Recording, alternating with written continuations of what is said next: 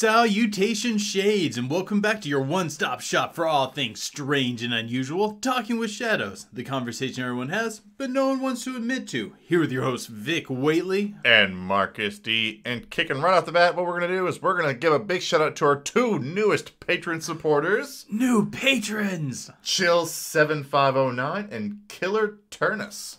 Thank you so much for signing up and becoming patrons. We always appreciate that kind of support from you guys. So many hearts, man. So many hearts. Absolutely. So we're recording a little bit earlier the day than we normally get to. I got off work a little bit early today, and we had a fun little excursion to Los Bravos. Oh my god, you're going to tell this story? Absolutely, I'm going to tell this story. So, like, before every episode... Let's explain what Los Bravos is. It's a Mexican restaurant. I'm pretty sure that most people that listen to this know what Los Bravos is. I have the utmost confidence in our listeners. I don't think it's a chain, but based on what we just said, they now understand it's a Mexican restaurant. Yes, it is. And we... before every episode, we get together and we go out and we kind of talk about the episode that we're going to do. Normally we go to Sonic, but today we wanted to be a little bit nicer on our bodies and get a little bit better customer service. So we're driving out to Los Bravos, and I'm not paying attention while Vic's driving. And all of a sudden Vic's like, where are we? I can't... Where's Los Bravos at? And I'm like, we've gone to this place many times. So I pull out my phone and I hit up on the GPS. And eventually Vic's like, no, now I know where it's at. Now I know where it's at. Turn that thing off. It's annoying me. It was being really annoying. It just kept saying, make a U-turn, make a U-turn. Yeah, which I said you need to do so that way you're paying attention and know where you're going. And finally he's like, you need to turn that off. And I'm like, fine, I turned it off.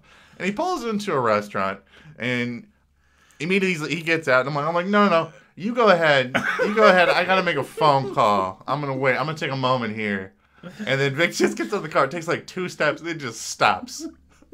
As he realized he has pulled in to a completely wrong restaurant, by the way. I look up at the sign expecting it to say Los Bravos, and it says Thai cuisine, and I have this moment of disconnect being like, what? No. You're underplaying this. Thai cuisine in huge letters across the side of the building. And then we used the GPS to find the correct restaurant. Okay, in my defense, I've been going really hard on my workouts lately, and today I had before we met up, just got done with a really intensive workout, and I was stupid hungry. You know that sort of hungry where your brain's not firing right and you can't focus? I was 100% there. So, yeah. And also in your defense, you didn't know where you were going. Well, I generally know where when I got in the car, I thought I knew where Los Bravos was.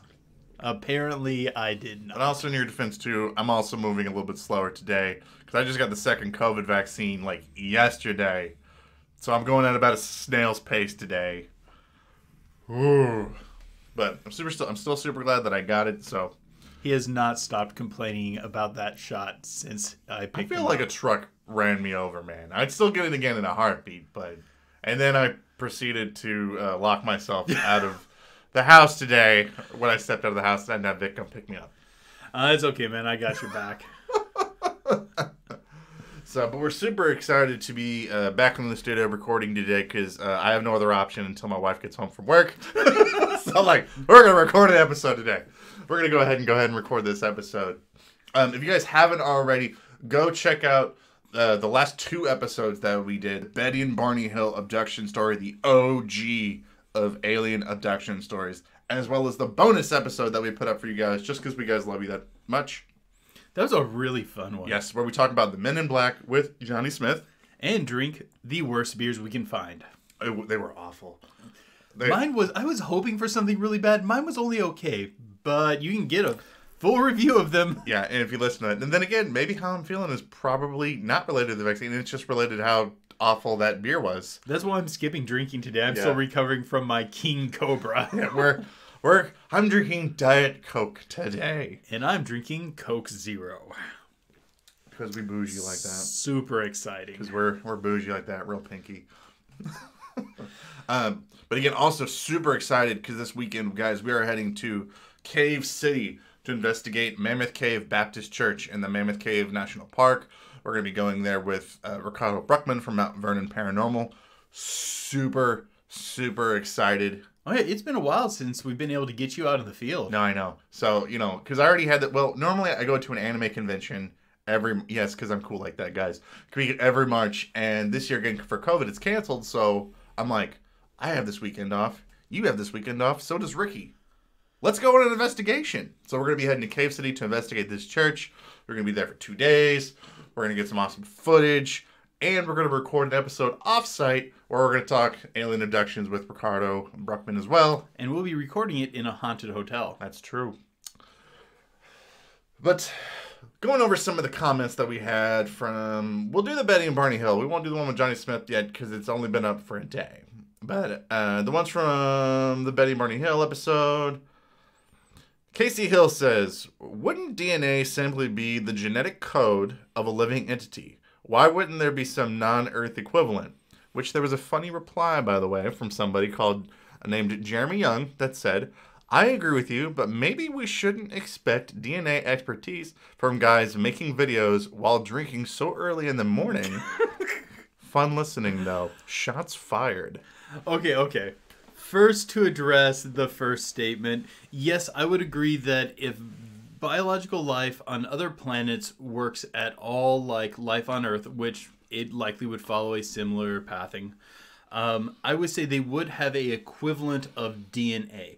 But it would be an incredible coincidence if we came from, if our life evolved entirely separate from theirs. It would be a massive coincidence for it to take on the exact same form. They would have they would likely have a mechanism for passing heritable traits, but it probably would not look identical to ours. If it did, that would be a amazing coincidence and a huge breakthrough. I'm not saying that they don't have some equivalency of DNA, but the thing is, unless it was DNA or extremely, and I mean extremely similar to DNA, down to the minutia, it would not be able to bond with each other in a way that it could read. Basically, DNA is a blueprint, and if half your blueprint is in one language, half it's in the other, probably a singular biological entity is not going to be able to correctly read it. More likely, the pieces just aren't going to be able to fit together. It's like using Legos in off-brand Legos. They're just not going to fit together correctly and create a viable offspring. And to the drinking thing. Yeah. Okay, so... We are big boys and can drink and talk about biology whenever we want. Yeah, we pay our bills, okay? And also, in our defense, how would that episode sound if we were like, hey, we're going to talk about alien abductions while drinking orange juice? Like, I'm sure we can't even find Tang anymore, okay? Maybe that might be the best thing to drink that early in the morning. But I will give it to you guys. You are correct. Likely they would have a mechanism for passing on heritable traits. I just don't think it would be specifically DNA or something compatible with it. And maybe I should have made that point more clear when we were talking. And also it is also probably not wise to drink that early in the morning. But again, guys, we are professionals. Do not try that at home. I don't know. I kind of had fun with it. That's why I said we're professionals. Do you make it sound not professional when you say? Okay. Neil Stonewall. Here, man. That is appropriately named for how that is spelled. I've always believed this abduction story because it's in the late 50s or so, and they're a mixed-race couple. Back then, mixed-race couples didn't go around saying crap to bring attention to themselves unless they had to, Oh, yeah, 100%. And they also had tons of incentive for this story to never come out. This hurt their lives way more than it ever could have helped it. J. Russ says, you got hit with a context editorial from YouTube. Yes, we did. We'd never had one of those pop up on one of our videos. So essentially, shortly after the episode goes up, YouTube slaps a link right under our episode that gives context to what we're talking about, to make it so people understand what we're talking about. And what they reference as, to clear this up, is a Wikipedia page on alien abduction. I tried so hard to be able to reply just with the Ron Swanson meme that just says, "I know more than you." You know, if an 8th grader in school can't quote Wikipedia on their paper, we're not going to quote them. The YouTube can't quote that to us either. I actually made it a point to go through and read most of the article. It was, I guess, okay. Suck at YouTube and Wikipedia. But truthfully, I think we explained the situation better than yes, we did. The article did. I feel like people would get a better understanding of it listening to our stuff than reading what Wikipedia has up on alien abduction. Gray9438 said, "Great episode. Thank you. There's been so many books and shows on this event, but you still had stuff I hadn't heard of. As for the graveyard event, it makes me think of what Whitley Stieber said about how after his wife read all those letters of people's abduction stories, they were sent. She came to the conclusion that the abduction phenomenon had something to do with death." I'm not going to lie. I've been getting that sort of feel from it as well.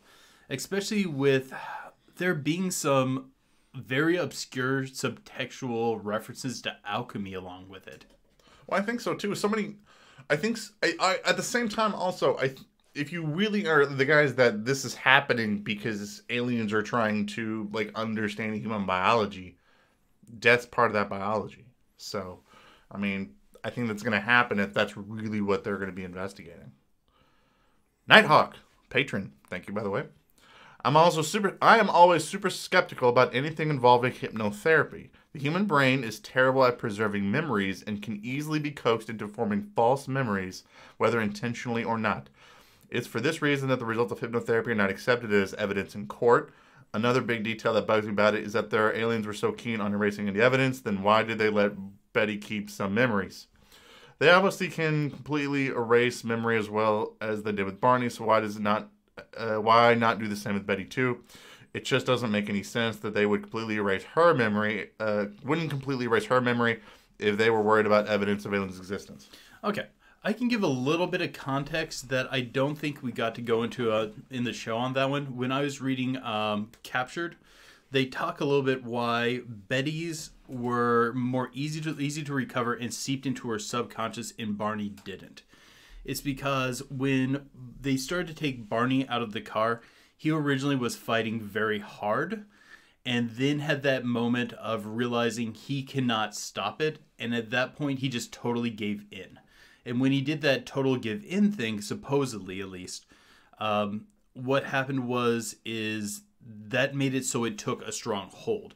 Betty didn't fight, but neither did she totally give in to the alien control.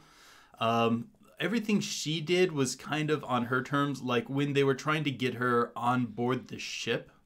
Once they realized that she was fighting their control pretty hard, they basically had to convince her to go on the ship and basically explain to her, it's like, hey, you don't have an alternative here. You should just comply. And she did, but since she was still somewhat resistant, that's what kept her guard up and allowed her to maintain some memory of the situation. And oddly enough, one of the aliens even explains that to her when they're sitting there and talking. If I remember right, in the room that she thought was a lab room. And they were like, well, you might remember some of this, but Barney won't ever be able to recover these memories. Which ended up being inaccurate. And also, you're 100% right when it comes to like hypnagogic states and things like that. I actually used to discount almost anything that involved it. But when going through the Betty and Barney Hill case, they did talk a lot about the test that they put in where they would intentionally try to mislead them away from what their story was to see could they be misled away from it.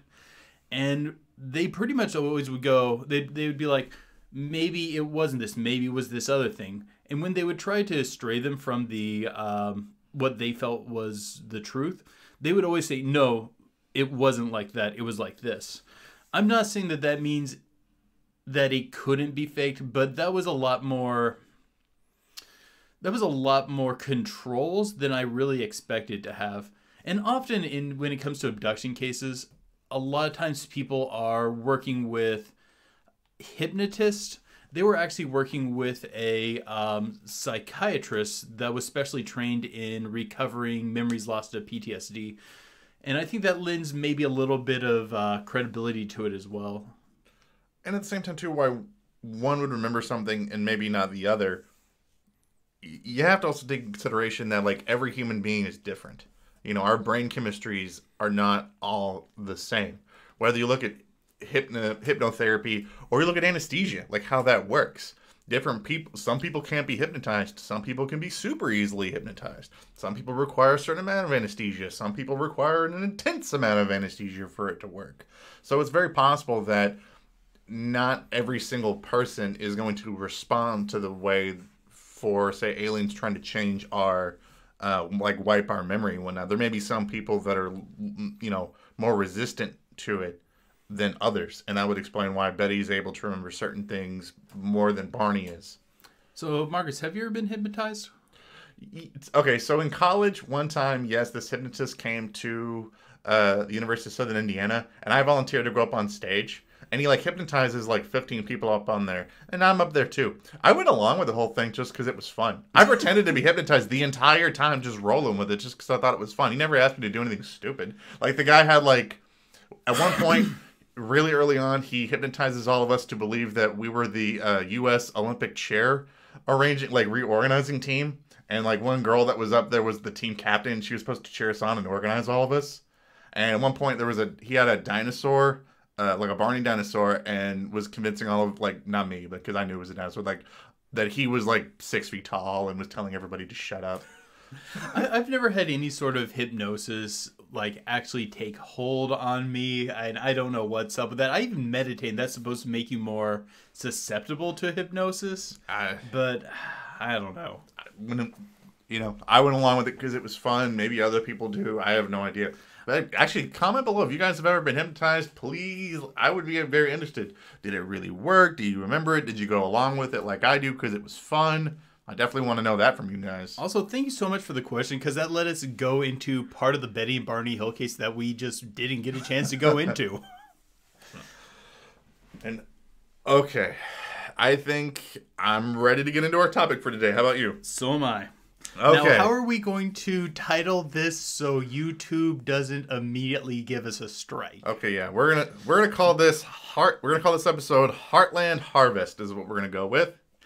And we're going to be talking about the things that seem to happen to cows. I think you know what we mean, yeah. Wink, wink. But YouTube really doesn't like it when we talk about that. There's been this phenomenon where people have found animals with certain parts of them removed. And we're going to be talking about that today's episode. So if you're listening to this at work or out loud in public, you're brave. But this might not be the episode to do that. Also, if you're kind of squeamish, we've got 53 other episodes for you to catch up on. And if not, our next episode was going to be recorded Saturday. I don't think it's that bad. I don't think it's that bad. Okay. First of all, I don't think your perception of what is that bad is accurate, because I remember back when we were doing our episode on the chupacabra, which that episode on our YouTube channel was suggested by my 9-year-old cousin, who's, by the way, smarter than like 98% of most adults that I've ever met. I said, you little dude, you pick our topic, I will do it. He goes, the chupacabra. I'm like, all right, a little tiny dog thing that sucks the blood out of animals. How do we make this 9-year-old appropriate? And you're like, well, I think that the whole story is 9-year-old like appropriate. I'm like, no. I knew about the story when I was 9. You are weird. It didn't screw me up. We are weird. Okay, we are not a good litmus test for what is like a normal 9-year-old, I think. Okay, let's get into cattle mutilation. Let's start. Yeah, this is what we're gonna be talking about, guys. That's what we're talking about, and hopefully we don't get kicked off YouTube for this one. I don't think we will. So, okay, Vic, describe what a typical cow mutilation looks like. Okay. Generally, the story will start with the farmer discovering that one of the members of the herd is missing or finding the body. If they're missing, they then have to go track it down. Upon finding the body, they find the animal dead, missing certain select parts, usually soft tissue. We're talking genitals, anus, lips, eyes, tongue, things along those lines. But unlike when they've lost it previously, these organs, which are usually the first ones to be scavenged by predators, do not show scavengers, do not show the telltale signs of basically anything feeding off it. These pieces do not look as if they've been ripped off, but instead look surgically removed and almost cauterized as if with a laser. Now, you might be thinking to yourself initially, well, wouldn't that normally be just, I don't know, some predator maybe eating one of these things? Now, I'm just a simple city kid that didn't grow up in the city. But I'm pretty sure that if I see a photo of if I see a photo of a cow that's been mauled by a wolf, it's going to be kind of messy. I'm going to be able to say, hey, I think a bigger animal got this thing. And that's just not typically what these cows look like. It's enough that very experienced farmers will go, maybe I should call somebody. Oh, yeah. Like, that's not quite right. Anyone who's raising animals in a large enough number where they have to deal with occasional losses is going to be familiar with what a scavenged carcass looks like.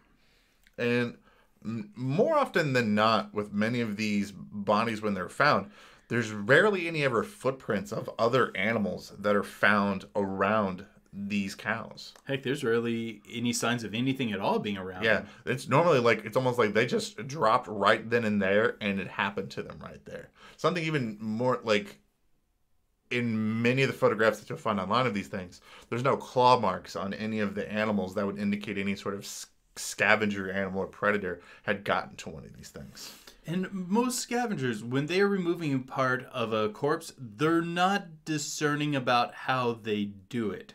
They kind of get in there, get the piece removed, get it swallowed, and move on. They're not worried about the corpse looking nice afterwards. Because initially going into this phenomenon, I knew of this phenomenon, but it was hard for me to believe without looking into this that this just wasn't some sort of an example of some animal doing something like this. But when you really break many of these cases down, there's so many weird things that come up in these cases that it almost screams that something else has to be going on in these situations. Because, people have been raising cattle and domesticated animals for 2,000 years?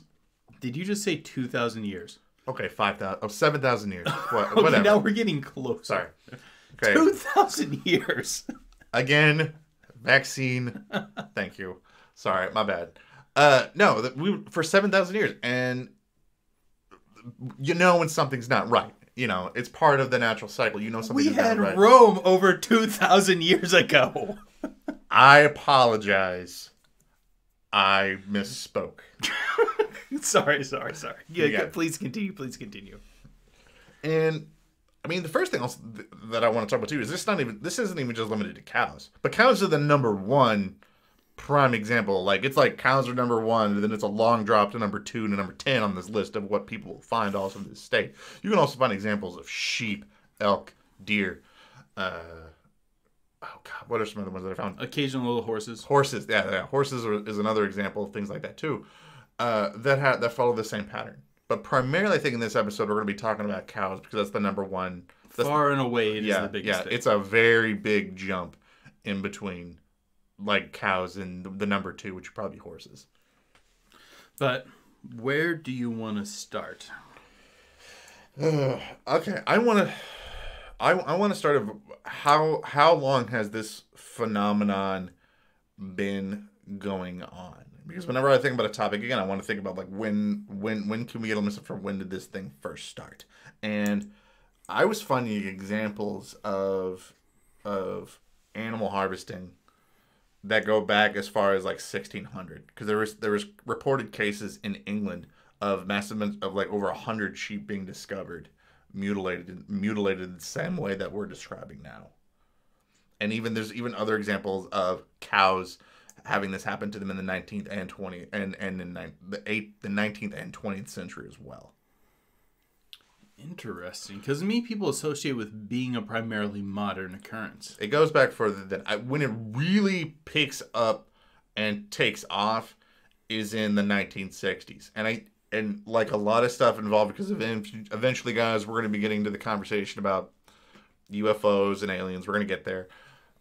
You know, these stories really start taking off in the 1960s, because this is when, you know, communication, like mass communication, really like takes off. Okay, you have to put this into context when you understand the paranormal. Okay, people didn't even have TVs. Like, and the first presidential debate didn't even happen until 1969.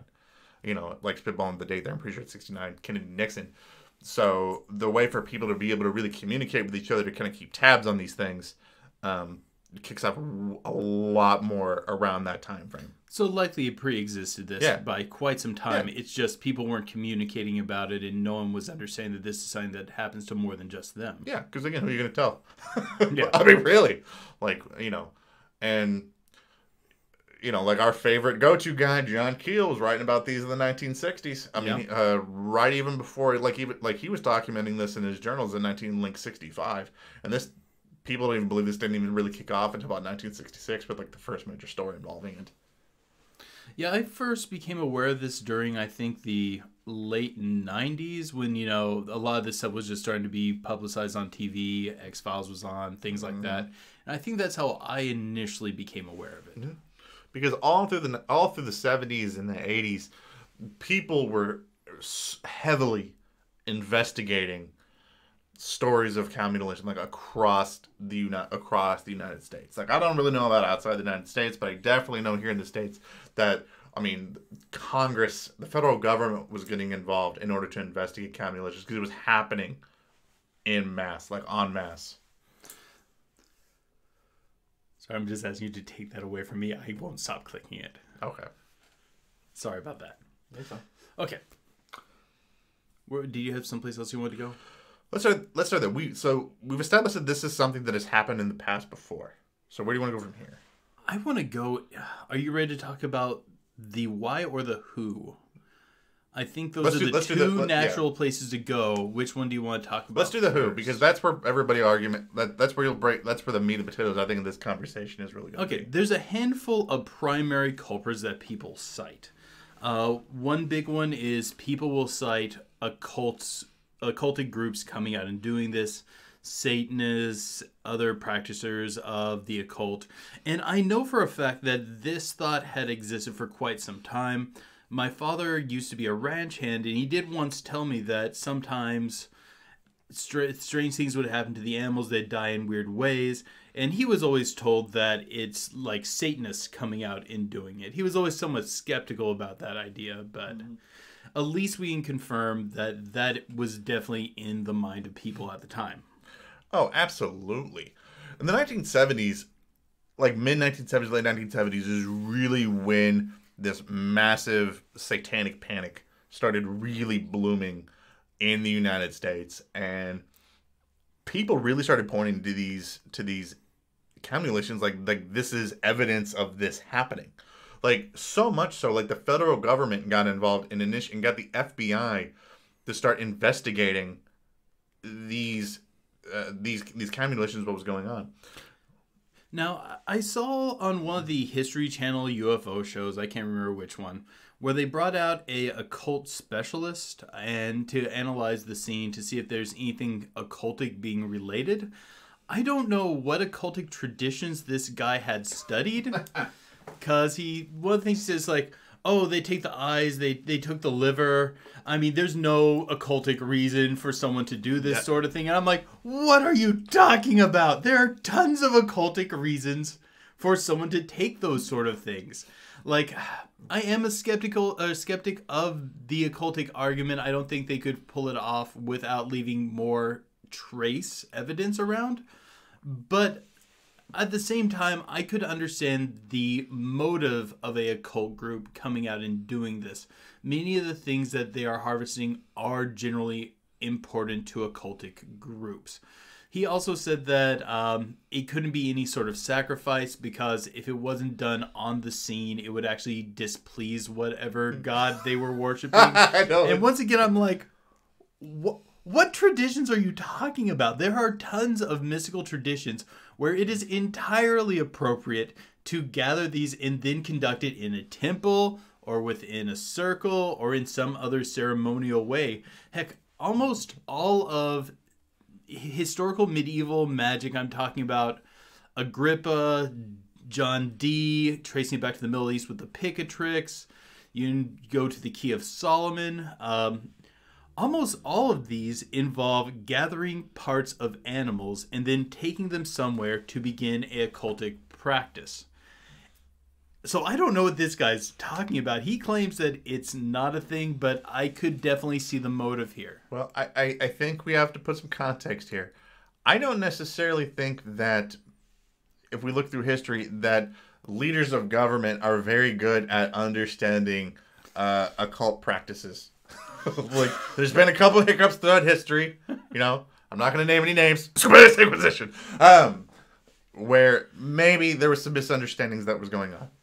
But no, the ATF in 1975, they set out on to investigate whether or not if these chemtrails were actually done by satanic cults. And what was weird was they come back and say, no, there's no clear evidence of any of this going on. And I would believe that. But if you listen to local law enforcement, they will say that's not true, that there's several eyewitnesses that actually reported seeing occult people out in the field. Let me ask, is it these mysterious individuals in black robes that seem to pop up in rural counties? Hang on now. I don't know if... First, are you discrediting my case before I even bring it up? No. I'm doing the other thing. Oh, okay. I legitimately... Okay.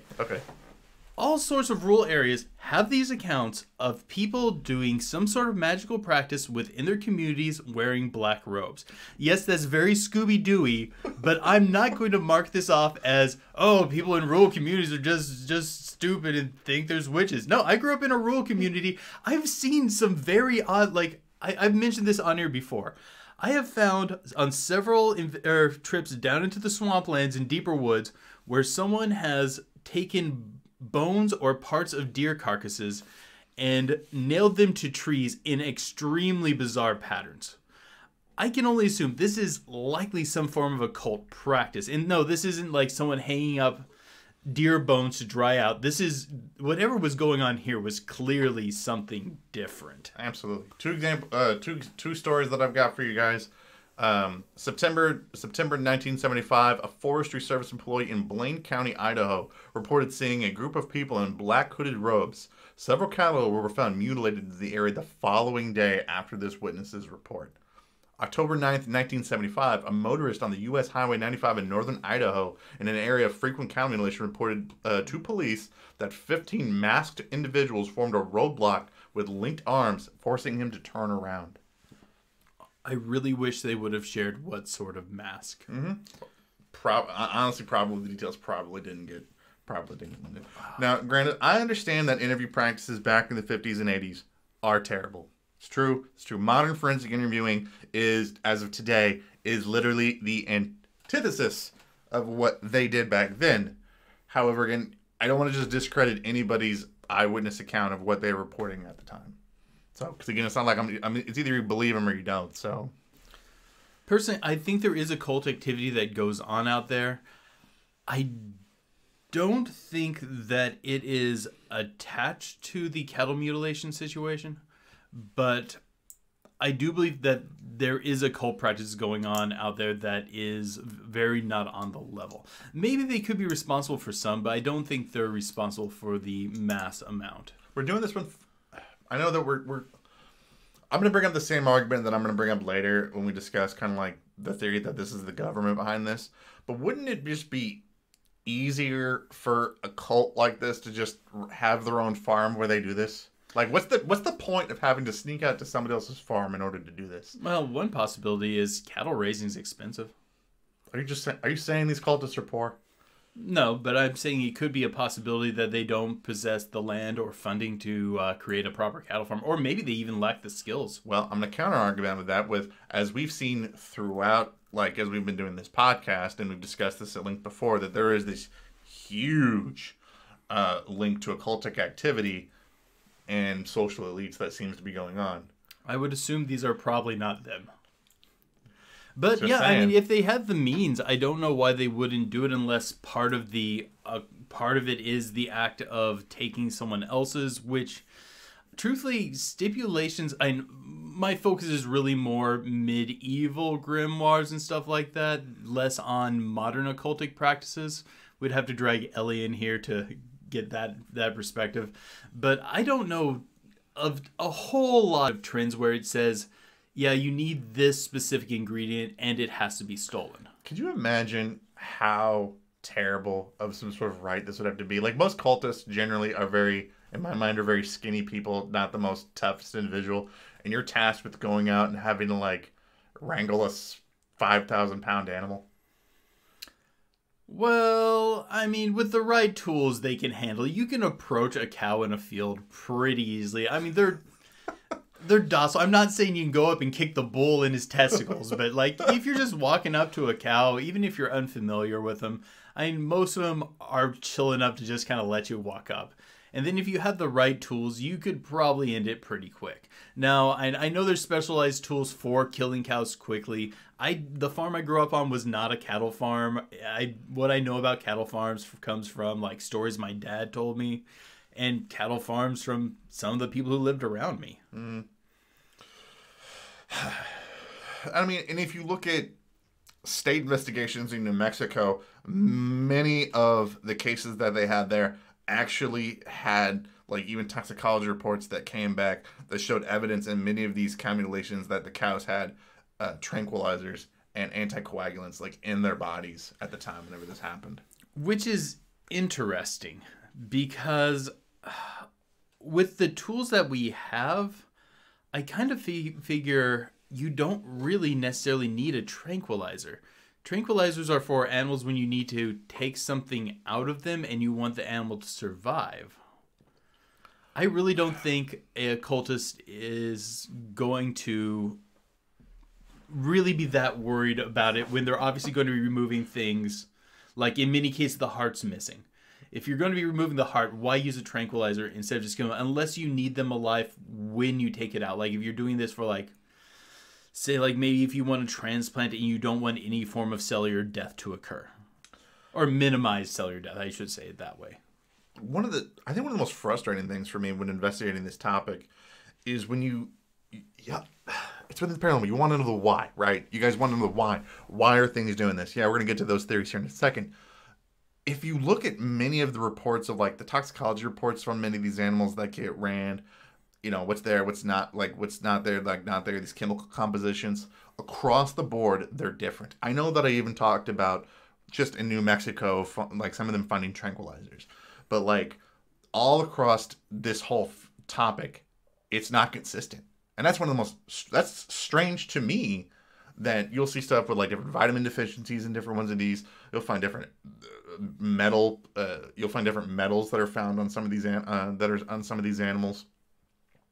And it's weird. It's almost like it's hard to find an exact science of what is something doing and why, what is it doing and why, or even the methodology.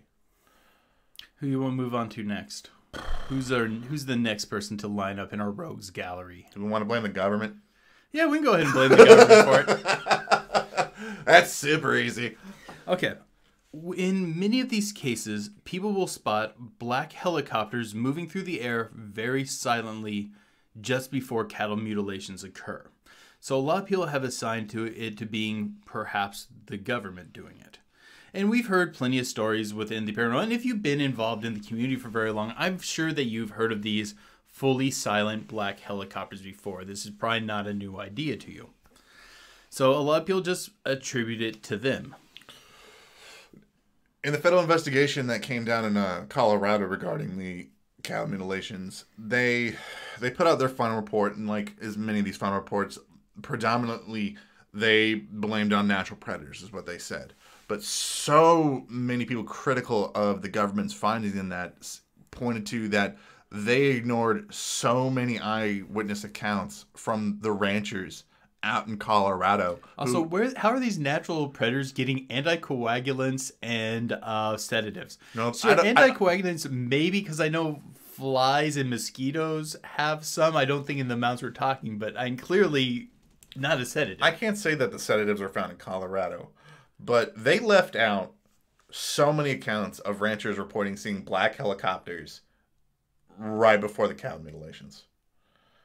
And it frustrates some people. Actually, half of all cow mutilation stories in Alabama involve black helicopters.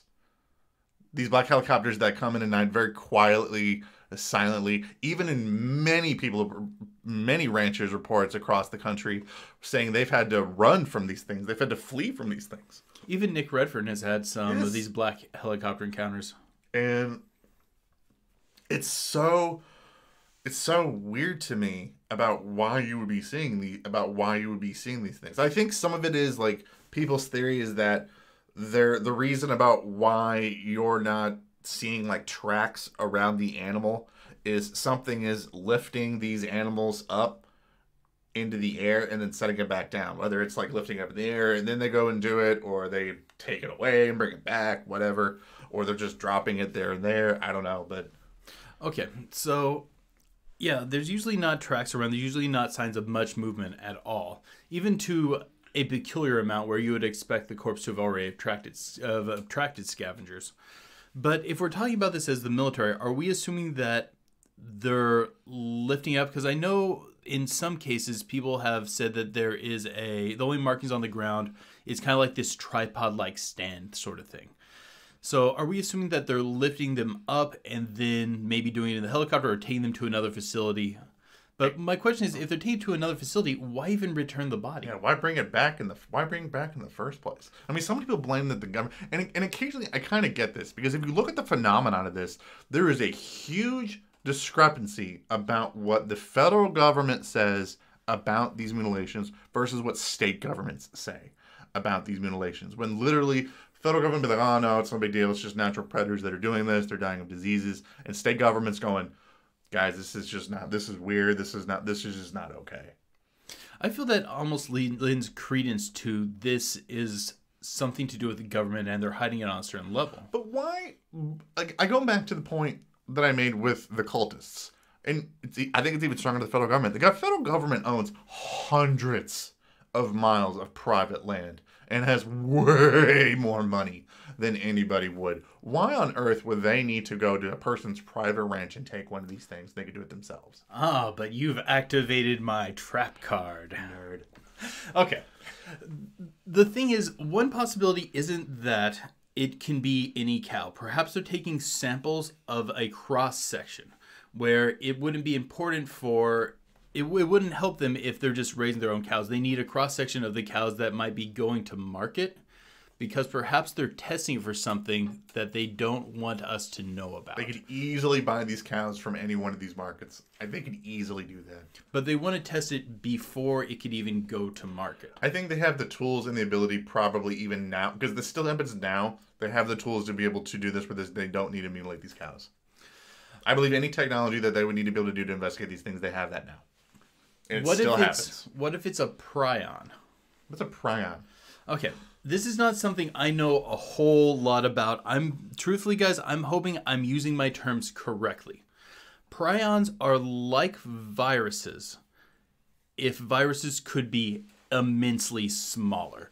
Prions are extremely hard to study because they're so small we've only recently even discovered them in the last decade or so. And they're so small, they're very hard to treat for. Like mad cow is one of the few examples of a prion disease I can think of. And often and we know at least in that one, it can jump to humans through consumption. Prion disease, I know, is something that people who work in the fields of immunology and focus on like epidemiology. Is it epidemiology, the study of epidemics? I'll go with that, yeah. I think I'm using that right. Okay. They're very worried about these prion diseases because they function differently than what we know how to fight. And they're much harder for us to treat with the tools we already possess.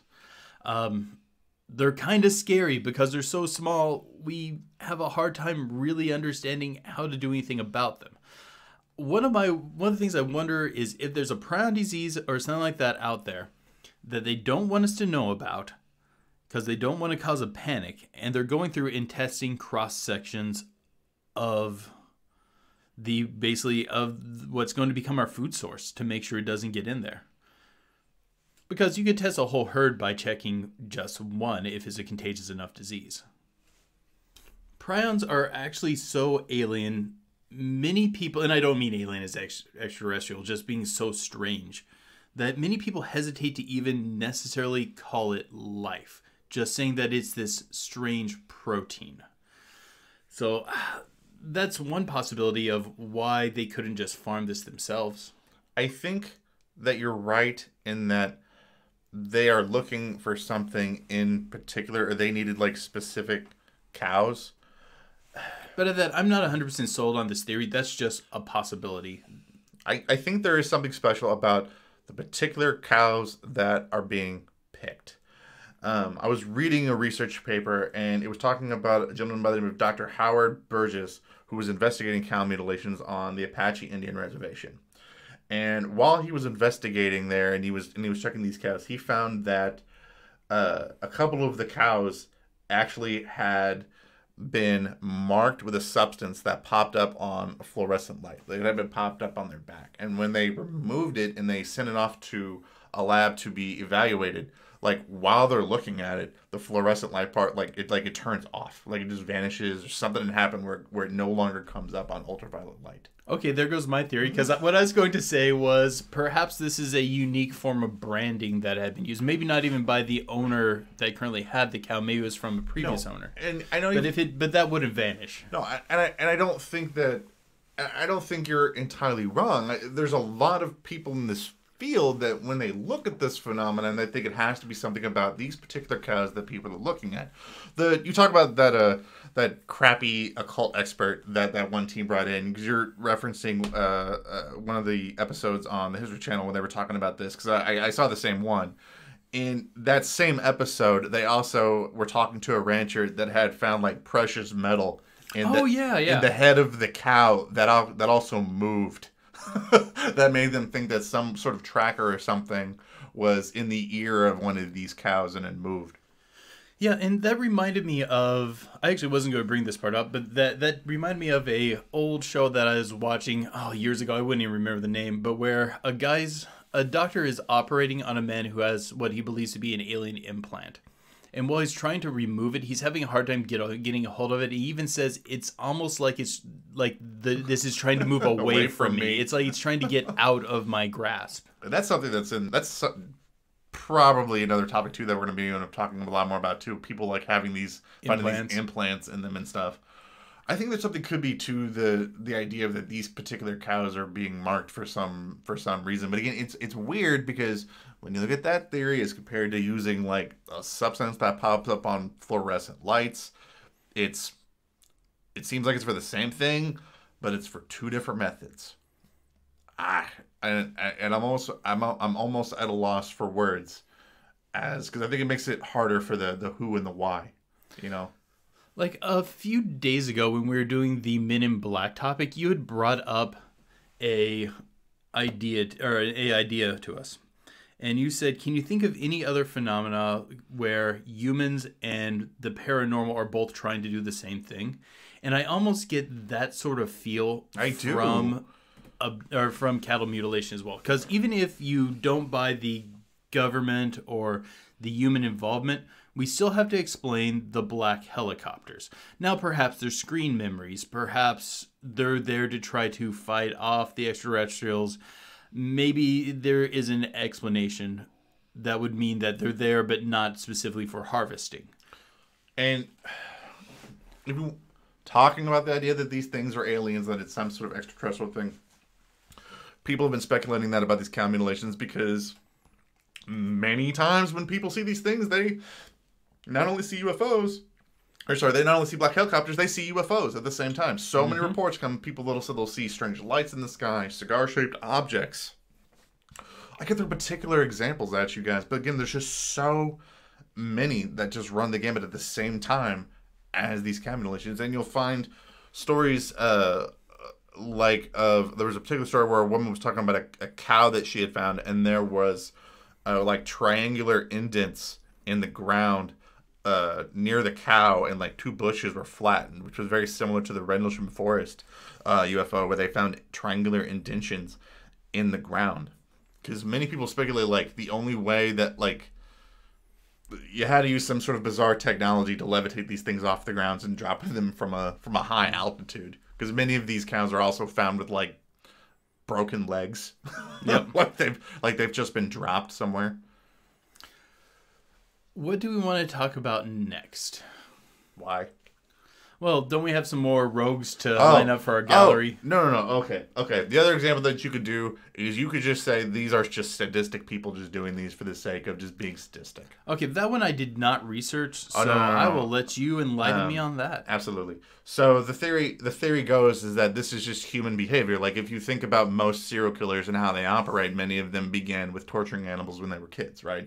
They did this normally do it on dogs, cats, things like that. But there's also been evidence, where we've seen them do these things on larger animals as well.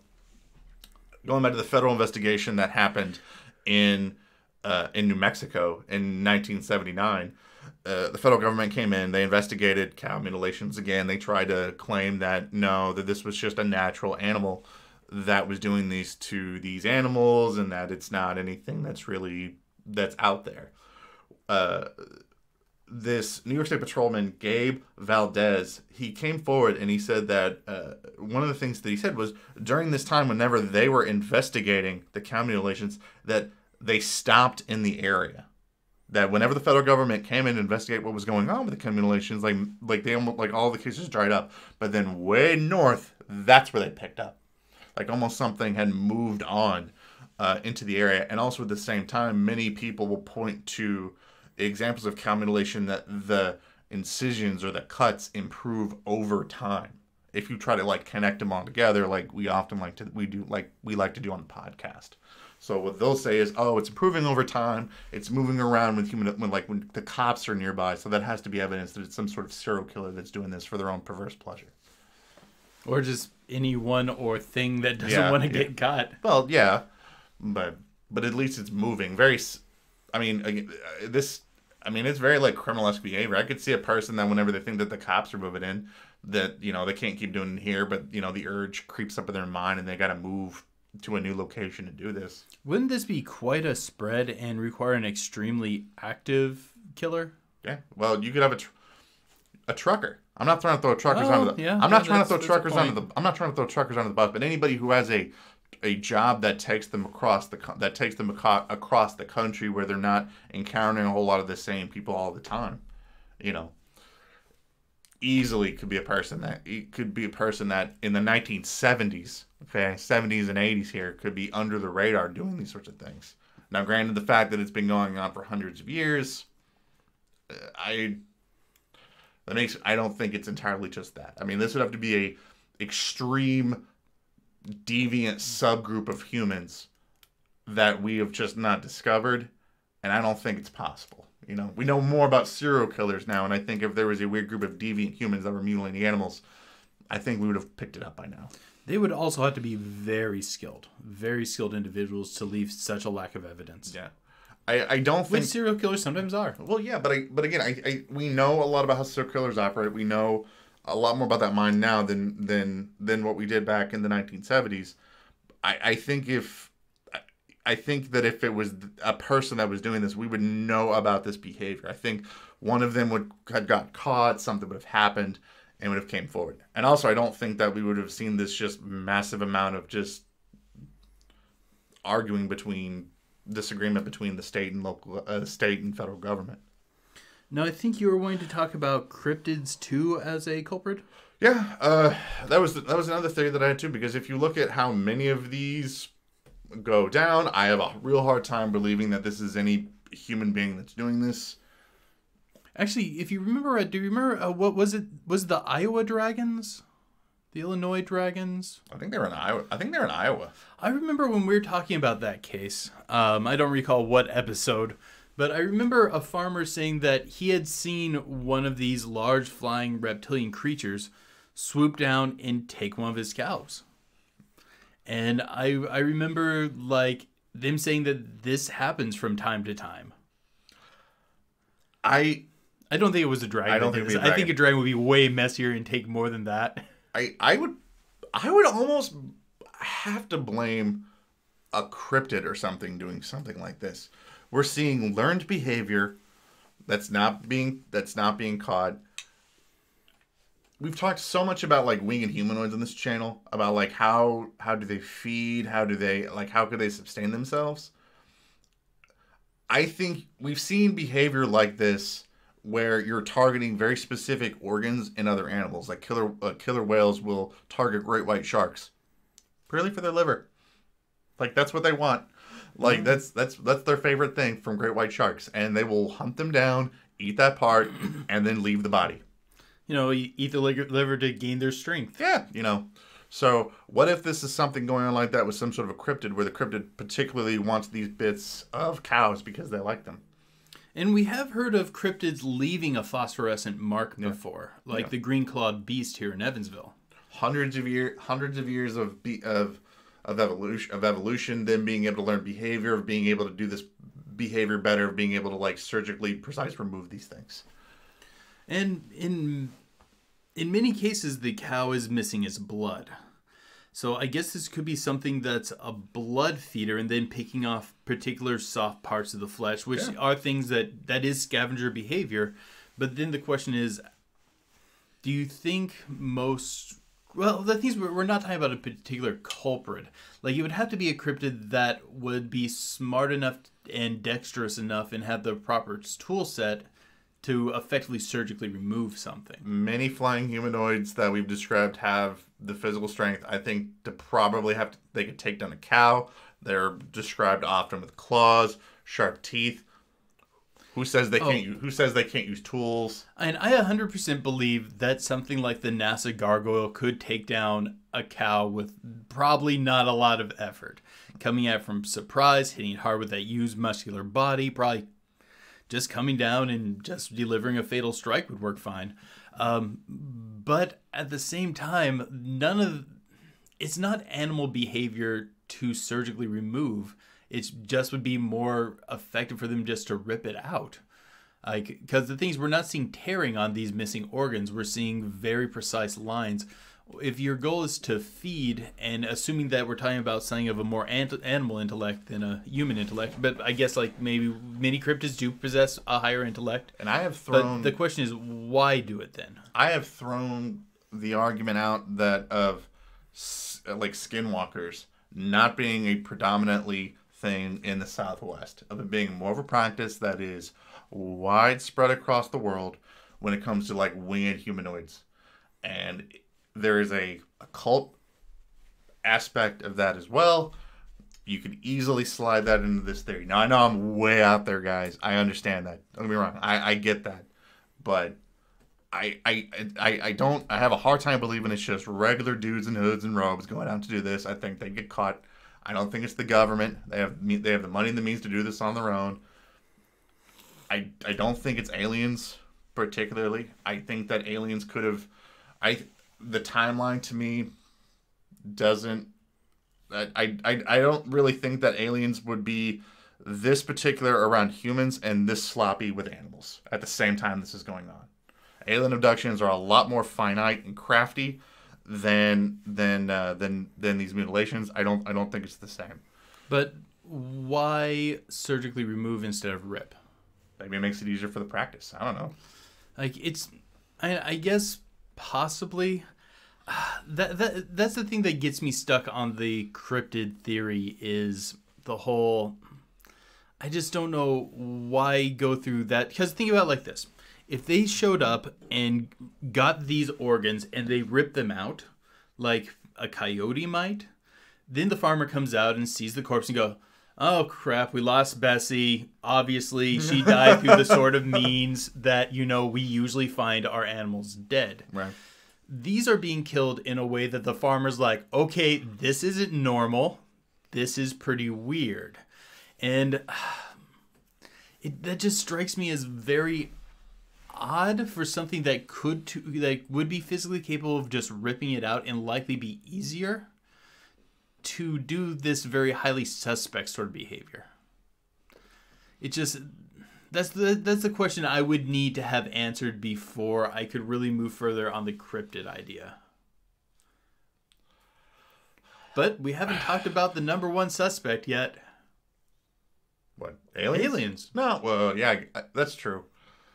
People blaming aliens for these things. Yeah, they're the number one thing that people throw out. They think that they're harvesting cow organs for genetic experimentation. I've heard theories of hybridization for some reason, and that's why they target cows more than anything. Like, truthfully, I don't think it's the worst idea out there. I can tell by the way you're saying it that you really don't like this one, but I think that there's some possibility to it. I think there's some workability here. It's so sloppy. Like, it's sloppy compared to human abduction. That's the problem that I have. It's not sloppy when you look at it like it's just as an animal, but if you compare it to humans, it's just... There's so much evidence, and so much of the theory when it comes to aliens is that they're trying to cover the tracks, they're not trying to get caught, and they're just leaving mutilated dead body as evidence. I can't.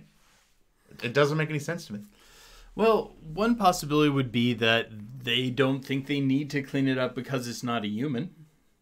But my thoughts that make this make sense to me come more in the motive. I think it would make sense for them to take the soft tissues for testing purposes. I believe that it makes sense for them to take the blood because, well, cow blood can be used in place of human blood if necessary. I think it would make sense for, if they're trying to create hybrids, that they would utilize potentially the blood for things like incubation, or if the hybrid was having an issue, assuming that their blood was similar enough that they could do a transfusion with it. And I think it makes sense for them not to just take it and farm because, well, if you're going to be using these to generate blood, you need the animal to be healthy so it regenerates blood and tissue quickly. And for a cow to be healthy requires very specific sort of parameters, mainly lots of space. And perhaps they're working in a situation where they can't spare large amounts of space for proper cattle ranching. Or possibly they don't have the right skill set. But even going back to all of the contactee stories of like the 1950s, there is still this huge evidence of aliens trying to cover up their tracks in the alien contactee narrative. You know, they're like, don't tell anybody, whoosh, people disappearing, whatever you want to say. And this phenomenon continues the exact same way, in the exact same amount of frequency, like almost 70 years later. And I just don't see, with that much effort being put into covering up human not wanting to leave evidence, that they would literally just leave 2,000 to 5,000 pound piece of evidence like that. I just can't. I can't. It doesn't make any sense to me in the narrative. But what you going to do with that evidence? I mean, clearly we have all this evidence and we haven't managed to do anything with it. Space is a giant dumpster. Okay, there is so much garbage floating around floating around in space around the Earth. You easily could dump it in space. Give me a sec here. Give me a sec here. You're saying that they could handle their evidence better and be less sloppy, and then you're suggesting dumping it in space. Okay, now what is more suspect here? Weird animal corpse found on farm, which clearly people aren't taking very seriously, and we obviously can't come to a solid conclusion ourselves, or the same situation but is floating in orbit around Earth.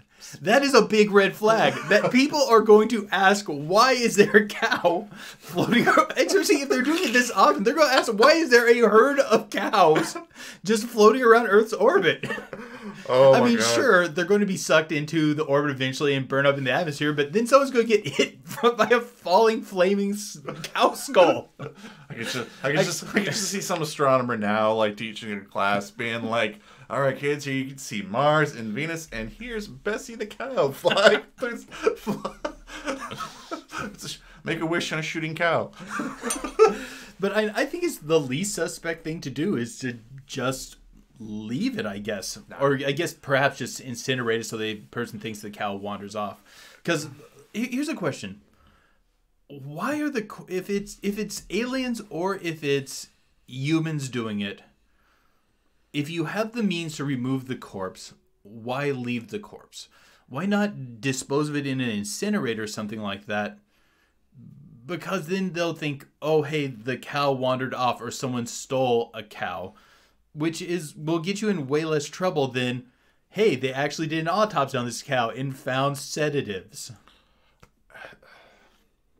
Like, that's one of the things that gets me. And I actually lean towards the it's humans doing it side. It's so hard to wrap my mind around this phenomenon. I don't know. At the end of the day, maybe I'll even just make the argument that I don't think that it's even one particular group of people doing it. It's a lot of different people doing it for the same reasons. There's just or they're just evolving their tactics, because there is so many things that are just different when you start seeing toxicology reports and you start doing like chemical analysis of what's going of these corpses, where they're not saying it looks the same, but at a cellular level it's not. And I am correct that you lean towards the cryptid camp, right? I think that it's a cryptid, because to me it's an animalistic behavior. You go in, you get the part that you want, and then you leave. And you're trying to avoid human threat. That to me sounds animalistic.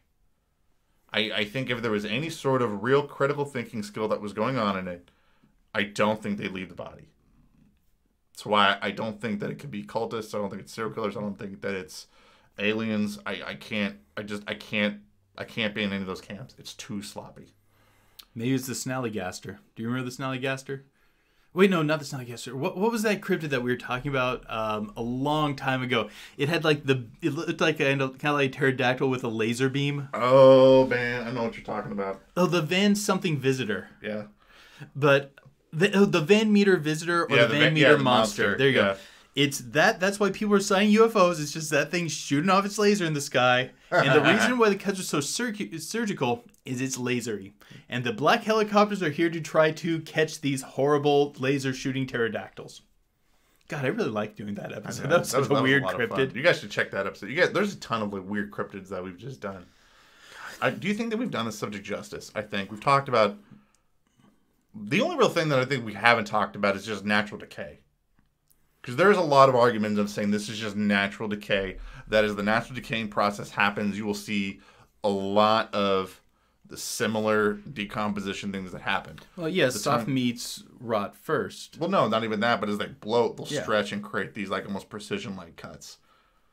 I think if that was the case, ranchers wouldn't call the cops. Yeah, that is exactly my response. That is, we quickly dismantle that. I don't think they'd call the cops. Yeah, because obviously the rancher isn't going to waste time with a situation that the rancher can recognize. Yeah, and a rancher probably knows really well what a dead cow looks like and what it looks like in different stages of rot. Thousands of years have gone down. Farmers have had to pass down of how do you deal with a dead animal on your property.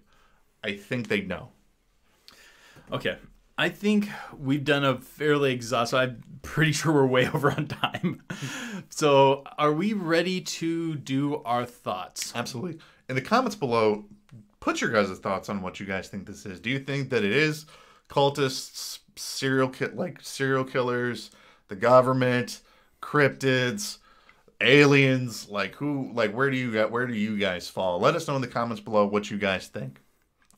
If you guys are listening to this episode and you guys want to show us some support, best things you can do, like this episode, share it, leave us a review. Don't forget, if you're listening to this on YouTube, hit the notification bell. Subscriptions don't do anything. Hit the notification bell so it'll let you guys know when we put out another episode. Wait. Subscriptions do slowly get us to our plaque. Well, that's true. But we want you guys to be able to listen to our stuff. That's what we want. But I also want a plaque. Yes. Put your guys' thoughts on what you guys think of this before. Have you guys ever experienced any of this? Have you guys found one of these things? Comment below. We love getting comments from you guys. And, of course, we'll read them off in the next episode that we do this whenever we meet with Ricky on Saturday. So, what are your final thoughts? Okay, I'll go first. I think it is likely human, oddly enough. Either government or a private organization that has the ability to... or has the funding to have these black helicopters that are totally silent, slipping in. I think they're testing for something in our meat population. I think there's a possibility that there is something out there they don't want us to know about, possibly one of these prion diseases. And they're testing to see if it is in our population and trying to make sure if it is, it can get removed before it can possibly spread. Or they're just scouting out for any new prion diseases that might be popping up they don't know about. Reason for the secrecy? They don't want to cause a panic. Reason why they can't farm them themselves? Well, they need a cross-section of the population. To me, I don't think it can be human behavior. Okay? It's deviant cultures like cultists, secret government agents, even that are real, aliens, all have to work around in the shadows. They have to keep themselves hidden, and leaving a 2,000 pound piece of evidence is just too much. What doesn't care about leaving a carcass? Animals. Some sort of animalistic mindset that wants to go, this is the part of the animal that I want. This is what I want to get. Now, if I'm going to go down that rabbit hole, again, understanding that most of the time there are no tracks that are found around this thing, you're not going to leave tracks when you drop on this thing from the sky. So, if I'm going to land in a camp somewhere, flying humanoid probably would love a cow. It's going to give it the calorie content it needs. It's going to add, and that's the only thing that I can really think of in my mind to wrap my mind around this. Now, I don't know. You guys let us know what you guys think in the comments below. Don't go away too far yet, because we've got some awesome fun stuff in the Pillow Talk segment for you guys to talk about, where we're going to be talking about a specific example involving the Men in Black. So, until next time, guys, keep believing. Because we'll keep listening. So, Marcus, I hear you got a story for us. Absolutely, guys. If you guys want to check out the rest of this podcast, all you have to do is go over to our Patreon and sign up for as little as $1 a month. You guys get the rest of all of our podcast episodes that we put up, as well as exclusive videos that we put up only for our patrons. And just so you guys know, this is actually the second recording of this, because during the first recording, I sneezed so many times, we decided to re-record it. You had a sneezing. I had to go get a mask to protect myself from whatever you had. I don't know. Even if I got vaccinated, I don't think it would protect me. That's right, guys. Later in this month, we're going to be putting up an episode specifically just for our patrons, where we're going to be talking about the Bighorn Dam incident, which is a massive Sasquatch sighting. Super awesome. We're going to be talking about that awesome cryptid, so you guys know that's our bread and butter. We love it. Also, we're going to be putting up some stuff just for you guys on our Patreon about our trip down to Cave City with Ricky. Yeah, I'm hoping to just kind of hook up my GoPro to the front of the car and us just have some awesome conversations about the paranormal on the way up and back. If you guys want a closer look at to see how the magic happens, our Patreon is for you guys. But talking about this awesome story that I got involving the Men in Black and cow mutilations. In January of 1997, a Puerto Rican police officer was driving home when he noticed a disc-shaped UFO levitating.